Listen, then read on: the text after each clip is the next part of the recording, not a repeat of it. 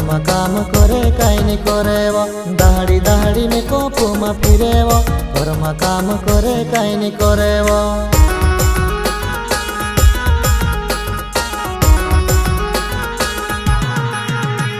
ए फुकट्या